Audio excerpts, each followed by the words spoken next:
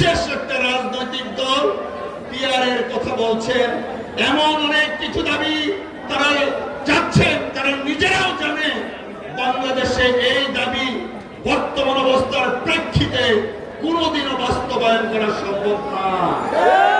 ইদানিং আমরা লক্ষ্য করছি অনেকে যে নির্বাচনের জন্য ইলিয়াস আলী গুম হয়েছে, যে নির্বাচনের জন্য সালাউদ্দিন ভাই গুম ছিল, সেই নির্বাচনের যখন শিডিউল ঘোষণা করা হয়েছে একটি রাজনৈতিক দল তাল বাহানা করছে।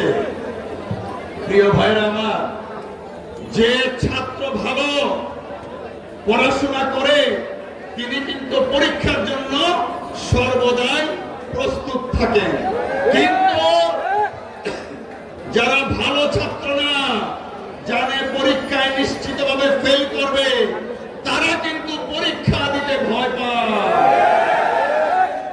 পদ্মা সেতু, মেট্রো রেল এবং এলিভেটেড এক্সপ্রেসওয়ে নির্মাণের গর্বিত অংশীদার বসুন্ধরা সিমেন্ট। তাই আজকে আমরা দেখছি বিশেষ একটা রাজনৈতিক দল পিআরের কথা বলছেন, এমন অনেক কিছু দাবি তারা চাচ্ছেন, তারা নিজেরাও জানে বাংলাদেশে এই দাবি বর্তমান অবস্থার প্রেক্ষিতে কোনোদিনও বাস্তবায়ন করা সম্ভব না।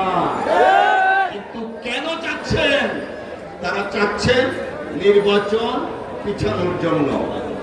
প্রিয় ভাইরা আমার, আমরা বাংলাদেশ জাতীয়তাবাদী দলের কর্মী, দেশনেত্রী বেগম খালেদা জিয়ার নেতৃত্বে, জনাব তারেক রহমান সাহেবের নেতৃত্বে ফ্যাসিস্ট বিরোধী আন্দোলনের মাধ্যমে শেখ হাসিনা সরকারকে শুধুমাত্র পতন ঘটায় নাই, শেখ হাসিনা বাংলাদেশ ছেড়ে পালিয়ে যেতে বাধ্য হয়েছে। আমরা প্রত্যেকে রক্ত দিয়েছি, বুলেটকে আলিঙ্গন করেছি একটা দাবির প্রেক্ষিতে। সেই দাবিটা ছিল নিরপেক্ষ তত্ত্বাবধায়ক সরকারের অধীনে নির্বাচন চাই। আজকে অন্তর্বর্তীকালীন সরকার প্রতিষ্ঠা হয়েছে, বাংলাদেশের মানুষ যে দাবি করেছিল সেই দাবি বাংলাদেশের মানুষ পূরণ করেছে, কিন্তু নির্বাচনে যেতে অনেকেই অনীহা প্রকাশ করছেন।